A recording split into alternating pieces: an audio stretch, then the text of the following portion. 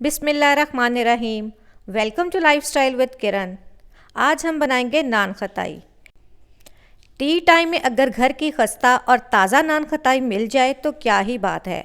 आप इन्हें बनाकर रख भी सकती हैं और इसको ज़्यादा हेल्दी और जायकेदार बनाने के लिए देसी घी या मक्खन का इस्तेमाल भी कर सकती हैं। एक बाउल में 2 कप मैदा लें।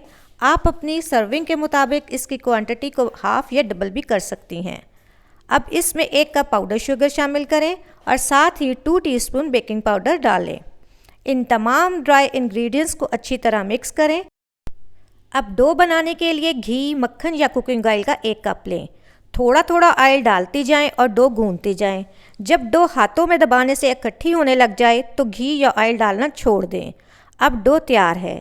इसको एक ही साइज़ में बनाने के लिए 1 चम्मच से डो लेती जाएं और बॉल बनाकर हाथों से दबाकर शेप देती जाएं। जिस डिश में बेक करना है इसको बटर पेपर और ऑयल लगा लें या ऑयल लगाकर मैदा डस्ट कर दें। और ख़्याल रखें नान खताई के दरमियान थोड़ा फासला रखें क्योंकि इसका साइज़ डबल हो जाता है। अब एक अंडे की जर्दी लें, इसको अच्छी तरह बीट कर लें और तमाम खताइयों पर एग यॉक की ब्रशिंग करें।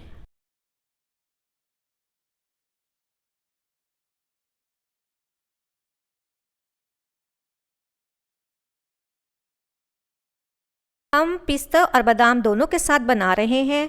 आप काजू, अखरोट या मनपसंद ड्राई फ्रूट के साथ बना सकती हैं। अब हमारी नान खताइयाँ ओवन में जाने के लिए तैयार हैं। प्री हीटेड ओवन में 15 से 20 मिनट तक बेक करें। ताज़ा और मज़ेदार नान खताई तैयार है। उम्मीद करती हूँ आपको ये वीडियो पसंद आई होगी और अगर आपने मेरे चैनल को अभी तक सब्सक्राइब नहीं किया तो चैनल को सब्सक्राइब करें, बेल आइकन को दबाएं ताकि आने वाली तमाम वीडियोस आप तक पहुंच सकें। अपना ख्याल रखें, खुश रहा करें और हमें दुआओं में याद रखें। मिलते हैं अगली वीडियो में, तब तक के लिए अल्लाह हाफिज़।